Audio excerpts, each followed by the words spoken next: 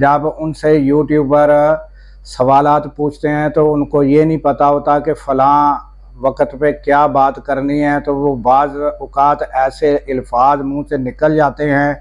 کہ وہ تنازع کا باعث بن جاتے ہیں، اور اس پر سلیمان اکرم راجہ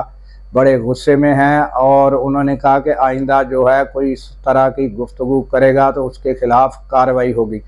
تو اسی تناظر میں اور اسی واقعے کو لے کر جب یہ بات عمران خان کے سامنے رکھی گئی تو انہوں نے بھی بڑے غصے کا اظہار کیا۔ وہ وقاص اکرم نے جو ہے وہ بتا دیا ہے، وہ بھی آپ ذرا یہ سن لیں۔ جتنا غصہ سلمان اکرم راجہ صاحب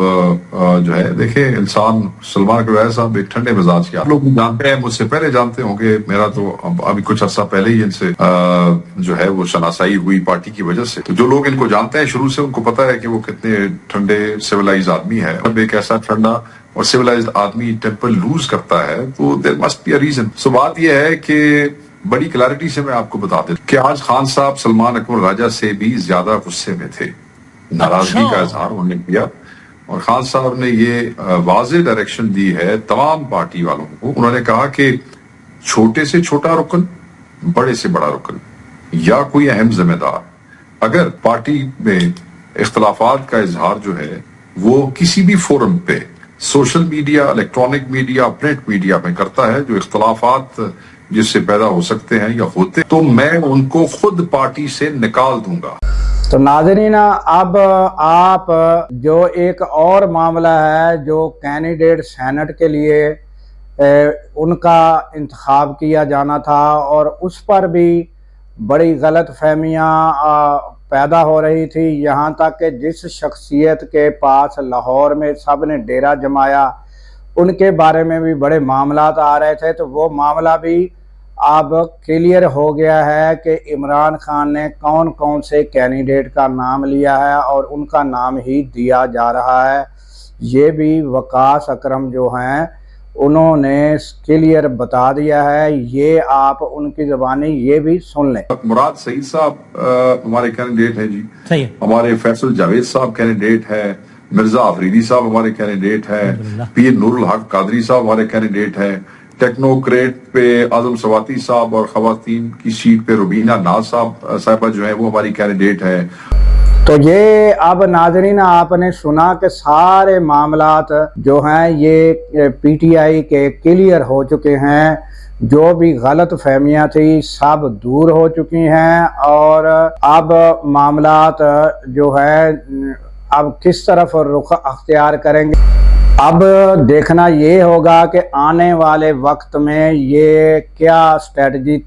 اختیار کرتے ہیں، کیونکہ معاملات تو سب جو ہیں وہ کلیئر ہو چکے ہیں۔ تو یہ تھی یعنی اپنا پی ٹی آئی کی جانب سے سارے معاملات جو کلیئر ہوئے ہیں اور ہم نے آپ کے سامنے رکھ دیے ہیں، اور اب آتے ہیں حکومت کی جو اچھی خبر ہے اس کی جانب۔ تو وہ ناظرین وزیر دفاع ہیں انڈونیشیا کے، ان کی ملاقات ہوئی ہے ہمارے وزیر اعظم کے ساتھ، وہاں جو ہے معاشی معاملات اور دفاعی معاملے میں جو ہے وہ آپس میں طے پائے ہیں کہ دفاعی معاملات اور معاشی معاملات، اور اس کو تیز تر کرنے کے لیے جو ہے آپس میں معاملات طے ہوئے ہیں۔ یہ ناظرین بہت اچھی بات ہے، اور ناظرین اینکر صاحب کو بھی یہ چاہیے کہ چاہے وہ کسی پارٹی سے بھی ہوں، کسی پارٹی سے بھی ان کی دلچسپی ہو، اور حکومت جو ہے کسی بھی وجوہات کی بنا پر قائم کی گئی ہو، جو وزیر اعظم شہباز شریف ہے ان کی حکومت کو کہا جاتا ہے کہ یہ ناجائز طور پر قابض ہوئی ہے،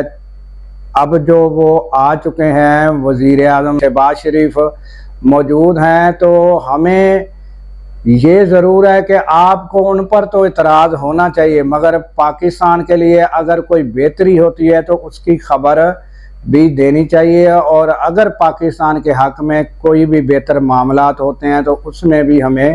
خوشی کا اظہار کرنا چاہیے۔ تو اس کے علاوہ ناظرین جو غزہ ہے، فلسطین ہے، وہ تاحال ظلم و بربریت جاری ہے، اور گزشتہ روز بھی 70 کے قریب لوگ شہید کر دیے گئے ہیں، اور آپ کو جس طرح ہم بتاتے ہیں کہ وہاں خوراک،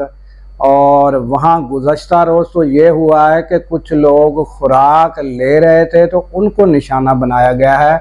اور ناظرین ویڈیو بھی یہ سامنے آ چکی ہیں۔ تو ساری مسلم امہ، ساری آرگنائزیشن، بڑی بڑی تنظیمیں یہاں بے بس نظر آتی ہیں، یہ افسوسناک ہے۔ اور اب بتایا جا رہا ہے کہ کچھ ہی دنوں کے بعد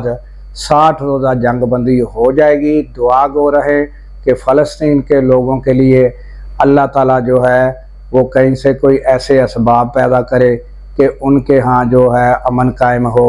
اور انہیں بھی کوئی خوشی دیکھنی نصیب ہو۔ تو اس کے ساتھ ہی ناظرین ہمیں دیجیے اجازت کہ اللہ تعالیٰ پاکستان کی خیر فرمائے،